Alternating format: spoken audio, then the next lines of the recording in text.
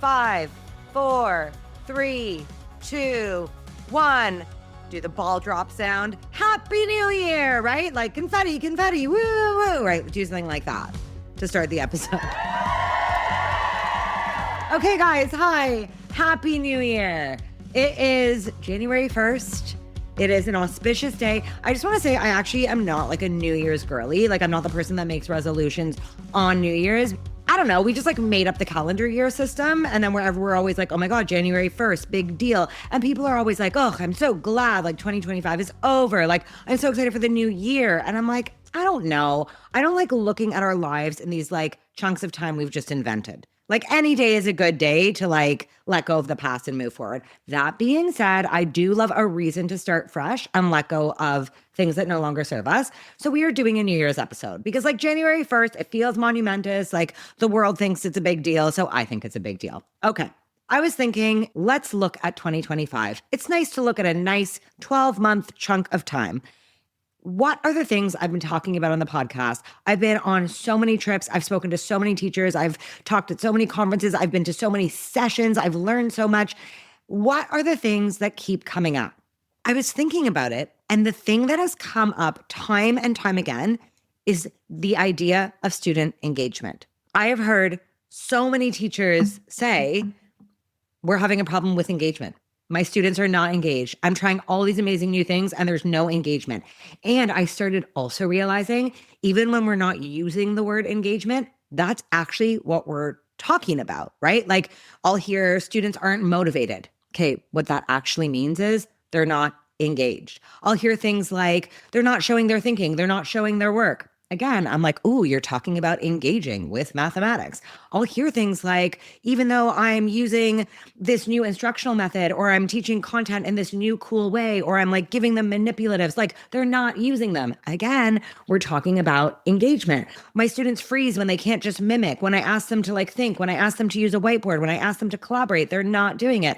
Again, we're talking about engagement. What is engagement? When it comes down to it, we're all talking about the same thing, which is students like participating, showing up, doing something, trying, right? We're not talking about, oh my God, our students aren't getting the right answer. They're not getting the results we want. What we're all wanting is students to just like do some stuff, try, right? Now, I feel like this is such an important theme for me because my goal with math therapy is to help students build a better relationship with math, right? That is like my only goal. I want everybody, whether you're a student, whether you're an adult, I want you to build a better relationship with math. And through doing that with yourself, because you see yourself as more capable than you once thought you were, right? You're learning stuff about yourself that you didn't know before. And the truth is, you guys, if you know me, you know that my mantra for growth mindset and for growth in general is believe, behave, become. You know, it's important to have the belief that we can do something new, like engage in math. It's important to then engage in a new behavior, try something new. And then the becoming piece only happens when those two things happen, when we believe it's possible and then we engage in a new behavior that will get us new results than we have previously gotten. It's that engagement, AKA behavior, because engagement is a behavior. It's that behaving that actually shows us something about ourselves. We can believe all we want that like, I guess it's possible to do math, but until we engage in a behavior and have a different mathematical experience, we never truly internalize that as a part of our core being. You can't kind of believe your way into building a better relationship with math. You can't believe your way into being better at math, right? It's like believing that you can ride a bike and never, ever getting on a bicycle. You can't go from believing, oh, I believe that I am a person who could ride a bike to then getting on a bike and then riding it. You have to get on that bike. You have to engage in behavior. Maybe you start with training wheels. Maybe you go around the block, like maybe this and that. And eventually that behavior takes that belief into an actual becoming a person who can ride a bike. I also want to say, I think one of the reasons we're having such a big problem with it now, think about it. Engagement is like doing the thing. It's trying, it's participating. I bet you students did used to engage more before. I think that's actually true. But the way we got students to engage was through compliance. right? It was this idea of you have to do it. Like if you think of like back in the day when like you would, I don't know, get like a dunce cap on, or like you literally back in the day where like you might actually get hit with a ruler or something. It was like if you didn't engage and participate and do what your teacher was telling you, you'd be in trouble. We don't have that anymore, and that's good.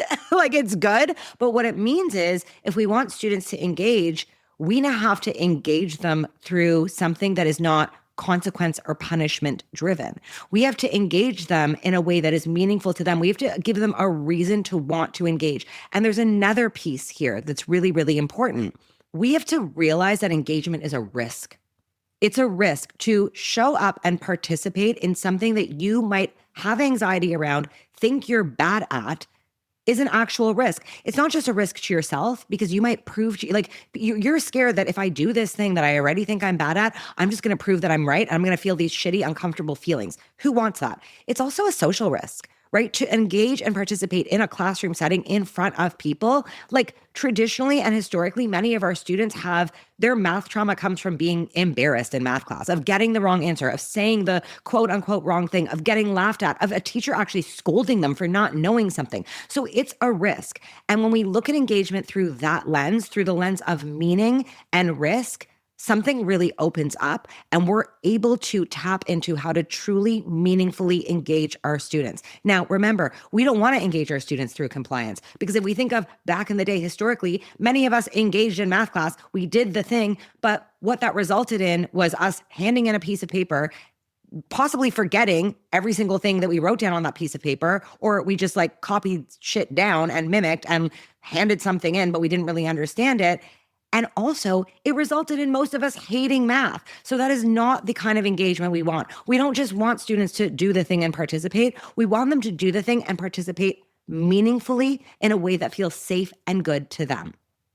So today, we are going to be talking about 4 ways to meaningfully engage students this year, 2026, the year of engagement. I also want to say you are probably already doing incredible things to engage your students. So keep doing those things. I want you to feel like affirmed for doing those things. Now, I know we're all trying to engage our students and you guys are probably doing an amazing job, and I want you to hang on to those things you're already doing. And I actually can't wait to hear about them. So feel free to text the podcast at any time. You can find a link to that in the show notes of the app that you're using right now. I want to hear what you're doing to engage students that's really working for you because I can share those with teachers on another episode. But one thing I hear a lot is we are trying to engage students. We tell them that mistakes are great. We always tell them that participation is incredible, that we're not looking for perfection. We're just looking for them to like try. Like we say those things. But the thing is, what students hear is be perfect. Don't embarrass yourself. Everyone else gets it except for you. Even if you're not saying those things, previously when they have been told, just try, just show your work, just raise your hand, what actually was coded to them was kind of a false narrative. They were told it was okay to make mistakes, but then it didn't really land well when they did. The truth is that engagement isn't really about what we say. It's about the conditions we create. Remember, if we go back to believe, behave, become, we can't just say something without creating the conditions for that thing to be true. We need the behavior in our classrooms to be true. We need to encourage kids to take behavior that will bring their belief to reality. And we can only do that when we create those conditions in our classroom. So let's do it. We're going to talk about 4 ways that you can do that right now. Okay, first reason students don't engage in math class and what we can do about it. Students don't engage in math class because they feel like they don't have a say. They feel like math class isn't really for them. It doesn't mean anything to them. They're not a part of the discussion. So they're just kind of showing up and being asked to do some shit that doesn't really matter. You can turn this around with this engagement move. And that move is make engagement democratic. This year, start off by walking into your classroom and having a conversation with your students and just point blank ask them, hey, what's up? What would make this math class meaningful to you? We have a lot of ideas about this. I've been to so many amazing sessions and had so many conversations about how to make math relevant to students, how to make it culturally relevant, how to bring their interests into the classroom. And those things are all amazing. But I do feel like when we assume what our students want, we're already starting on our back foot. If that is that how the saying goes? I think it's something about your back foot. Like we're already starting at a disadvantage, I would say, right? If we're assuming, okay, you know what? My students aren't interested. They just need me to like bring like Pokemon or like K-pop demon hunters into the mix and like all of a sudden they'll get it. Or they just need me to say like 6, 7 a couple of times. And like that does work for some students, but we're kind of assuming what it is that they really want. So start by asking them, what would make math class meaningful to them? And I have done this so many times with students, and I've heard teachers doing the same thing, and they've shared with me, sometimes the most surprising things will come up. Students will say things like, well, this is pointless. Like, when am I going to use this in real life? We've all heard that before, right? And my tip to you is if they say that, ask them more. Be like, what do you mean? Because they might mean, how do I use this in real life? As in, how am I going to apply this, like, I don't know, trigonometry to real life? Or they might be like, I don't know, like, what's the point of sitting down and just like doing worksheets? How am I using that in real life, right? Or like, in real life, I'm never gonna have to take a test. Or in real life, I could just use a calculator. Like, so maybe that's what they mean. Maybe they're not engaging because math class isn't meaningful to them because they're like, I don't know, when I come here, I just feel really, really dumb. It feels like there's nothing I can do to really excel in this classroom. Or when I come here, I just don't really feel supported. Or when I come here, it really throws me off because like, I feel like I've got to sit still for so long. And that's just not the type of person I am. You might hear all sorts of like things about why math class doesn't feel like it's for them. And that's a really, really great opening to be like, ooh, like that's what you mean by what's the point of doing this? Or why am I even here? Some questions you might ask could be, what would make math class worth showing up for you? What would make it worth showing up for? You might ask, what shuts you down in this class? Like, when I ask you guys to do something and you're not doing it, what's actually going on in your minds? Like, why aren't you doing the thing? And again, you might hear things like, I'm just really tired, or I just don't know what to do and I feel stuck. You could also ask, how do you guys want math class to feel this year? Like, it's 2026. How do you want to feel in my classroom this year? These are just some questions to like start letting that. First of all, it's giving you information, right? Like, you're going to get some answers to your question. Maybe it will come up that like they just want you to talk about Pokemon. I don't know why I'm talking about Pokemon. I don't know anything about Pokemon. Actually, even saying that word is like tripping me out. But like, you know what I mean? Like, they might say that, but they might say something else. And that might give you really great insight. But the other reason this is so important to democratize engagement is by having these conversations, you're showing them, hey, I want you to feel good in this classroom. It's actually important for me. I don't want you to just come here and do what I tell you to do because I told you to. I actually want to know how I can like help you feel good and enjoy math class this year. And you're not saying the word engagement, but that's like the code here, right? Like, you're kind of like, I'm having a conversation with you because I want you to want to do the stuff I want you to do. When students feel like they are valued in helping shape the space and the experience, they take ownership over it. And when they feel like, hey, my voice was really actually included in that, they're more likely to be like, I want to be an active participant in this. I helped create this. Okay, so the second reason students don't engage is they don't know how to engage. Like, I'm actually thinking about how I introduced this episode and I kept saying engagement. And I was like, I'm not even defining engagement. And I actually think this is another thing, this is a common thread in my episodes is I'm like, we're throwing these words around and I'm not sure that we all know what it means. Like, that line in The Princess Bride when he's like, I don't think that means what you think it means. I don't know what word he's referring to. What word is he referring to? Remember there's that line? It's like, I don't think that means what you think it means. Hold on, I need to look it up. Princess Bride. It's a famous line. Oh, here we go. This is good. This is a famous quote from The Princess Bride spoken by Inigo Montoya after Vizzini, is that his name? Keeps saying inconceivable when things don't go his way. He keeps going, that's inconceivable. And then inconceivable. And then Inigo Montoya goes, you keep using that word. I do not think it means what you think it means, because what he's actually meaning is impossible instead of inconceivable, which kind of the same thing, but like not the same thing. Okay, point is, we keep using the word engagement, and actually, so students don't know how to engage, but my first thing is I'm actually wondering if you, the listener who's listening right now, when you say students aren't engaging, what do you mean? What does engagement mean to you? I do this when I talk to teachers, and I do a talk with teachers often about student motivation, because teachers will say all the time students are not motivated. And I'll say, what does motivation mean to you? And we'll go around the room, and every teacher has a different definition of motivation. Now, sometimes those definitions overlap, and actually, most of the time, what they're actually talking about is engagement, but sometimes they don't. Sometimes they're completely different definitions. So, what does engagement mean to you? That's the first thing, is for you to define that. Because once that's clear in your head, you can figure out, maybe you're going to use the tips I shared today, but maybe the tips I shared today have nothing to do with what you're considering engagement. One of the key things we talk about with engagement, we covered in a previous episode about student thinking. So one of the things I'll hear a lot are, well, I tell students that all I want them to do is think. It doesn't matter if they get the right answer or not, like just the thinking is what I want to see. But then when I ask them to show their thinking, they don't do it. They'll say, I don't know, or they'll just shut down. And what's really happening is so interesting.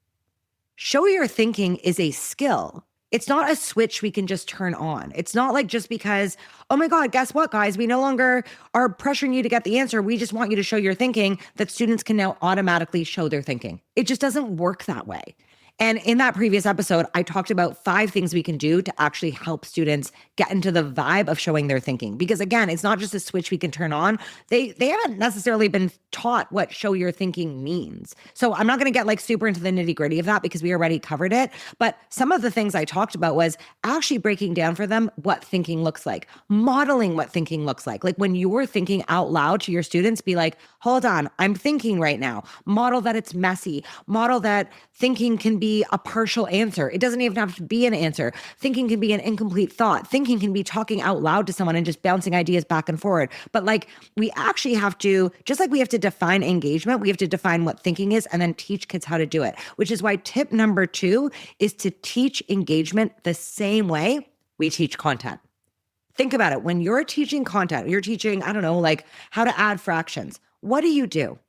You're scaffolding. You're breaking things down. You're maybe not even teaching at all by direct instruction. So you're allowing kids to discover for themselves what fractions even are. You're using visual representations. You're using models. Like you're using, I don't know what you're doing over there, but you are teaching it, right? You're not just showing up to class and being like, all right, guys, today it's time I'm going to give you a bunch of cookies and I want you to make fractions and add them up together. The end.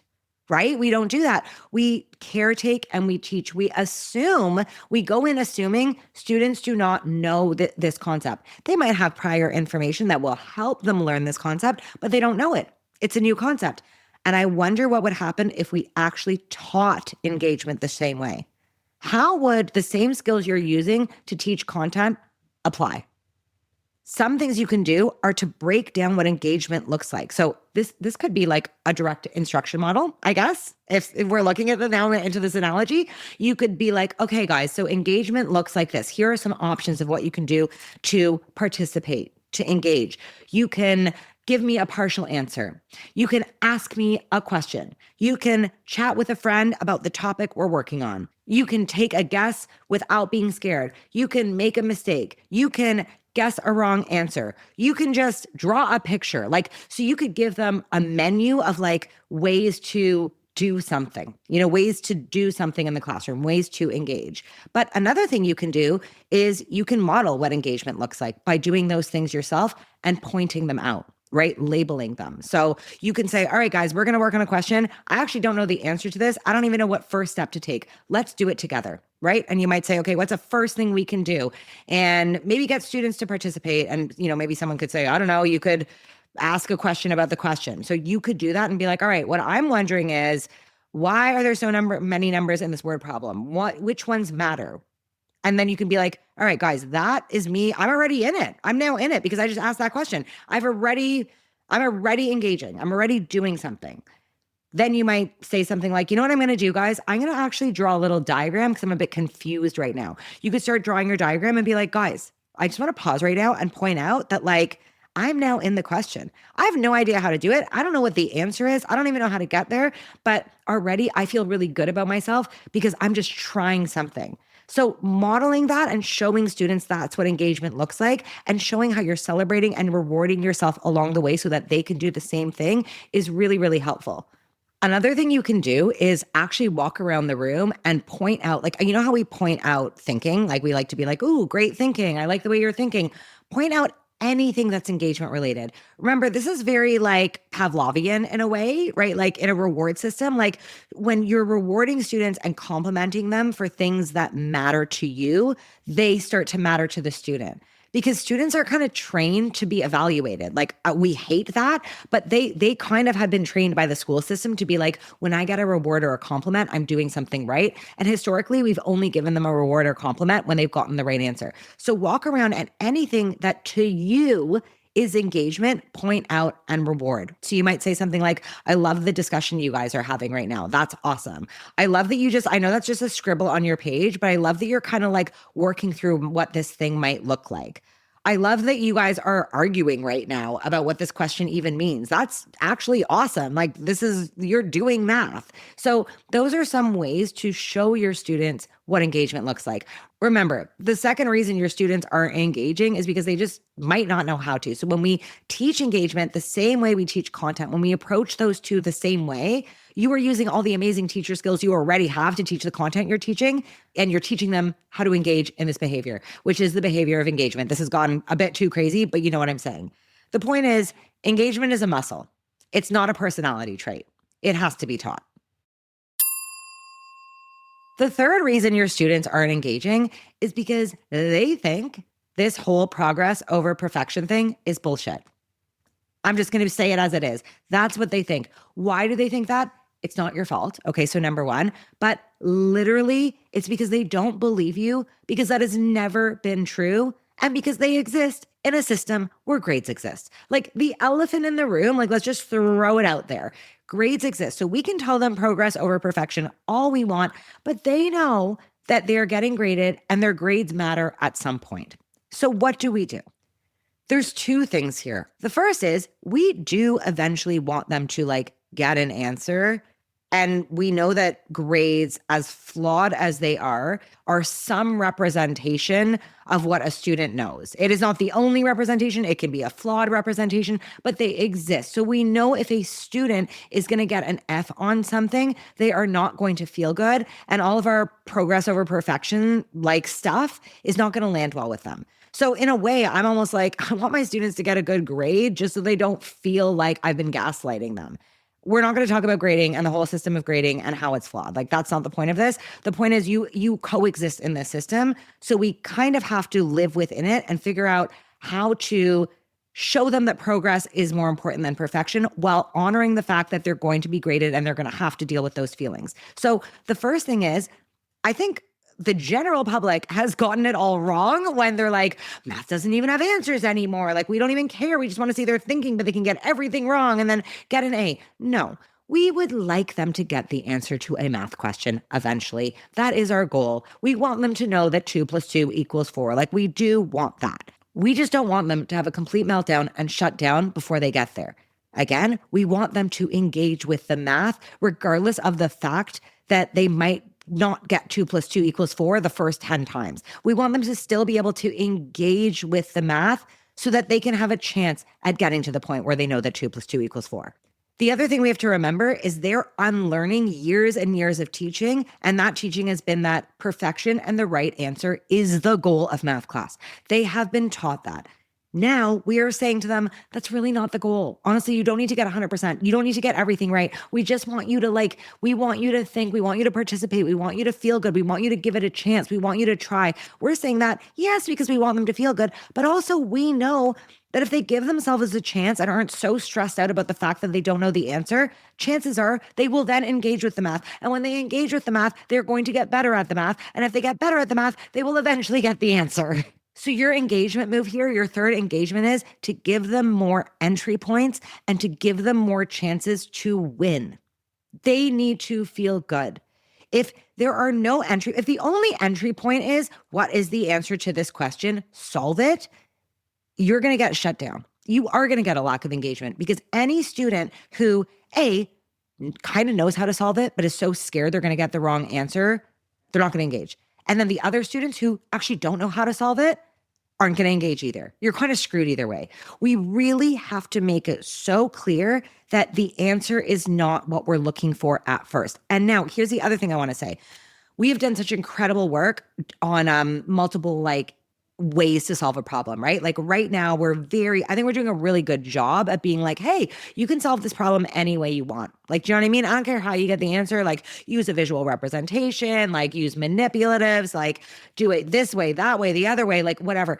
Those two are not the same thing. Giving a student the opportunity to use any method they want to solve a problem is not the same as giving students the opportunity to engage with the problem without the answer being the goal.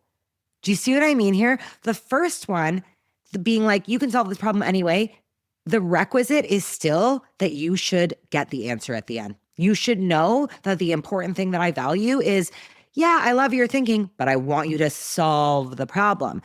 The second thing that I'm saying, the idea of being like, hey, you know what? I'm going to give you a problem and I actually don't care about the answer for a while. I just want you to engage with this problem. Now the right answer, the perfection piece, is off the table. And that unlocks a big thing for a lot of students who don't know how to get the answer, who have been trained to be like, if you got the answer wrong, you're going to be punished.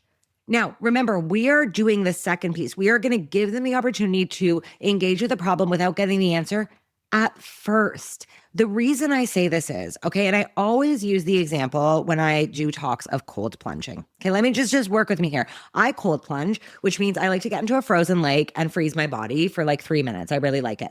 I personally like to get right into a cold plunge tank or a lake. I want to jump right in. I have a friend I cold plunge with, and he literally needs to dip his toes in, then walk a little further and dip his knees in, then walk a little further and dip his waist in. Like, he wants to make sure he's safe every single step of the way. When he finally gets to the point where, like, I'm already sitting in the lake plunged, he's like, all right, I'm going to get in. He will never walk in toe by toe and then knee by knee, whatever, and then decide to turn around at the end. But he needs to feel like the risk needs to be smaller for him to get in the water. Does that make sense? Like, I don't mind dumping my whole body in. He needs the risk to be really, really minimized. He needs to feel safe every single step of the way. Now, this is why one of my favorite things to do is task scaling. Remember, the goal is, for me and my friend, our goal is to take the cold plunge. Just like our goal for students is, we want them to get the answer. But we have to remember that sometimes the answer being on the table and being the goal is going to lead to lack of engagement because students will shut down.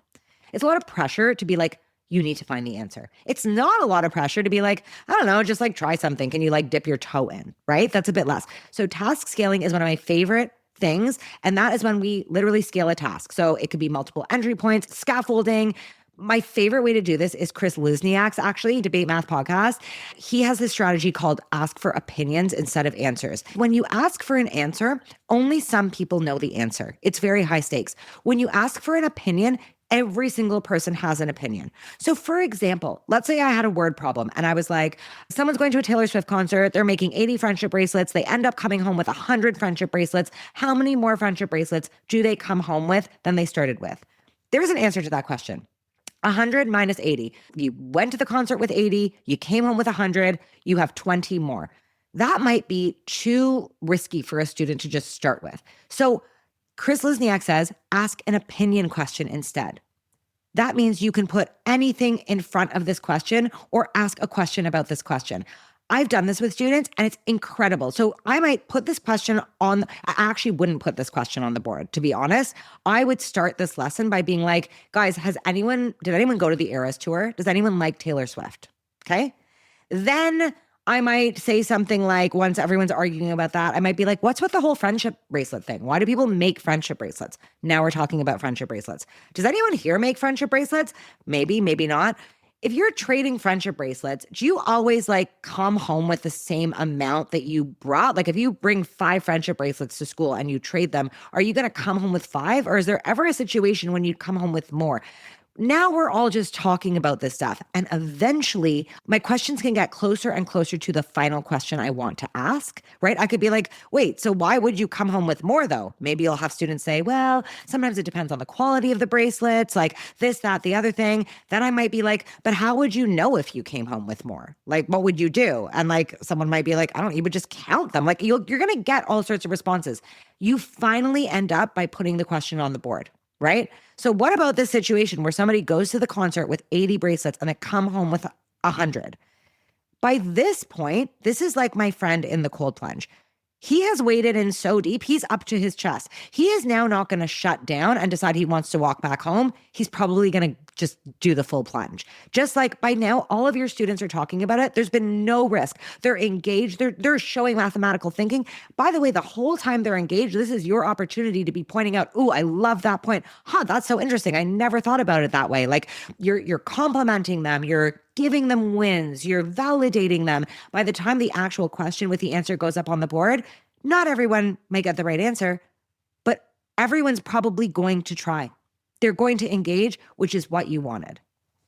So remember, the third reason your students aren't engaging is they think the whole progress over perfection thing is bullshit. And by doing something like task scaling, by even celebrating all the little wins they get when they're not getting the answer to a question, even if you're not task scaling, right? Just in your regular practice, by celebrating those wins, by really evaluating and like making a point to compliment and reward all those skills you want, perseverance, effort, thinking. By doing all of these things, you are showing them that your money is where your mouth is when you say progress is over perfection. It matters to you. And by doing things like task scaling, you're not taking the answer off the table. That is the end goal, but you are giving them more wins and more entry points to eventually get to that end goal.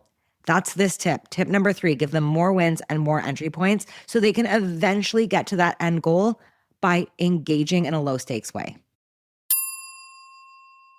All right. And the fourth reason students don't engage, well, I'm going to actually frame this as a question I often hear, which is no matter what I do, my students still aren't engaged. And so the fourth reason students don't engage is because their needs are unmet. Now, here's what I've learned through all of my work and research on polyvagal theory and trauma-informed education, that when students are off task, it is usually because they have an unmet need. And that's why my fourth tip is actually one of the 4 agreements, which is don't take things personally. Don't take things personally. When students are off task and not engaging, it is often because they have unmet needs. And when we look at lack of engagement through that lens, things really change. We soften and we react differently. And when we react differently, we create safer conditions for students to engage. So something you can ask yourself if your students aren't engaging the way you envision is ask yourself, what's going on right now? Is this student feeling anxious? Do they feel seen? Do they feel capable? Are they in regulated nervous systems right now? Are they feeling dysregulated? Are they in one of the 4 trauma responses? Like, are they experiencing fight, flight, freeze, or fawn? Like, do they have an unmet need? And now the truth is, the answer might be yes to a lot of those questions. And their unmet needs might be a need you can't meet. Maybe something's going on at home. Maybe they've got something on their mind. Maybe they're like hungry. You know what I mean? Like maybe their unmet need is they want attention or they feel stuck. There are certain needs you can meet and there are certain needs you can't meet, but you can recognize and have empathy for. And lack of engagement isn't always a reflection of you. And that's why I say don't take it personally. I think there are a lot of things you obviously can try. We're talking about tips like we want to engage our students, but sometimes it's just not about you. When a student's needs aren't being met, engagement isn't possible. It's not defiance, it's protection. That's really honestly what's happening. And your job isn't to like fix students, but it's to create the conditions in which engagement can happen. And you're doing that. So my fourth tip really is to not take it personally, because I think when we take it personally, we become dysregulated. And when we become dysregulated and we're upset and we're not assuming positive intent, like we're assuming our students are like being defiant or, you know, that they're being obstinate or they're not engaging because like they're being lazy, like any of those words that feel like ick. First of all, it's usually not true, right? It really is usually not true. Our students are complicated humans just like that. And there are a million reasons why they're not engaging. I want you to not take it personally. And just be reflective. You can think to yourself, what am I doing here? Am I doing what I think I need to be doing to engage students? And if the answer is yes, and remember, don't be so hard on yourselves, right? Like you can't like change the entire system. You're just doing what you can in your classroom and what you're doing is enough. If you're thinking about this, if you're listening to this episode and you're interested in engaging students, I promise you, you are putting in the work. So sometimes students don't engage. And sometimes it's not about you. And I just want you to give yourself the grace in those moments to be like, today, it's really not about me. The student is going through something. Maybe I know what it is. Maybe I don't. I can just be empathetic. I can ask them what's up. And honestly, my new rule is ask, don't tell. Anytime you get a chance to, if a student isn't engaging, instead of being like, oh my God, do this thing. I told you to do this thing. Crouch down next to them, pull up a chair and be like, hey, what's up? Like, can I ask why you're not doing this right now? And this kind of goes to tip number one, which is democratize engagement. Like asking them and allowing them to tell you is going to give you more answers than assuming it's like some personal affront, like this personal thing towards you. Okay, so we've got 4 solid reasons why students don't engage. And those aren't the only reasons in the world, obviously. They're just 4 things that have really, really stood out to me thematically through the students I've worked with, the teachers I've worked with, and the conversations I've had. And I feel like they're things that we kind of like overlook sometimes. So I really wanted to point those ones out. And I'm just going to recap them here for you before we close up today. But before I do that, I just want to be like, take a minute to center ourselves of why do we want students to engage? I gave you my reasons. It's because I want students to build a better relationship with math and with themselves. And I know that when students engage in new behavior, they have the opportunity to have new mathematical experiences that help them rewrite the math story they are walking into our classrooms with.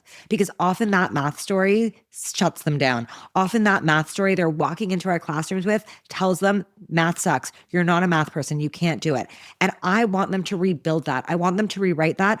And for them to do that, they need to have new experiences. They need to engage in new behavior, right? Develop new beliefs to become this elevated version of themselves that they didn't know existed yet. And in order to have a new experience, to take on new behavior, all of that points back to engagement. We are trying to rewire the belief that many students have, which is when I do math, this horrible thing happens. When I do math, I reaffirm this horrible thing I believe about myself. When I do math, I'm embarrassed. When I do math, I get in trouble. Like we're trying to rewire that. So we want students to engage. But I'm curious, for you, why do you want your students to engage? Because I think that'll help inform a lot of the action you take this year in your classroom. Engagement is a risk. We have to also go into it with that lens. We have to remember that it is a risk to our students. And if we want students to take that risk, we've got to help create those conditions for where taking that risk feels safe.